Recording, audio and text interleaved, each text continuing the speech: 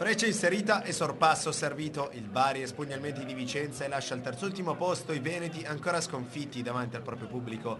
4-4-2 per i ragazzi di Dal Canto con Ciaramitaro in cabina di regia e la coppia Boginov-Malonga in attacco.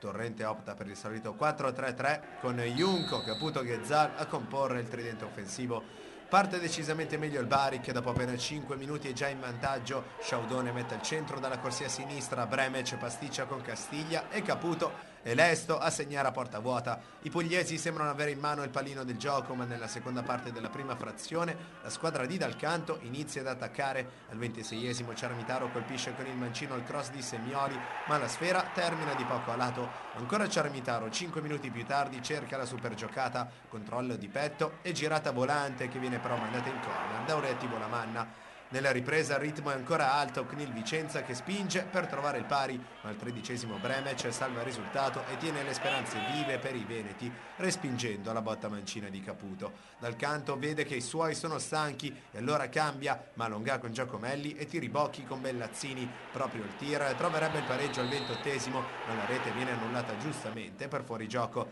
Non si può parlare di gol annullato invece a 40 secondi dal 90esimo, perché sul mancino di Boginov il gioco è già fermo per il fallo del bulgaro su Cepitelli. I 3 minuti di recupero iniziano con l'espulsione di Caputo, ma anche l'inferiorità numerica non serve Dal Canto, che trova la sua terza sconfitta su 3 in casa. Il Bari esulta e torna a vincere dal lontano 26 dicembre, in trasferta addirittura dal 17 novembre. 3 punti fondamentali per i pugliesi che scavalcano proprio il Vicenza, adesso terzultimo, ma per la squadra di Torrente l'incubo è molto lontano dalla fine.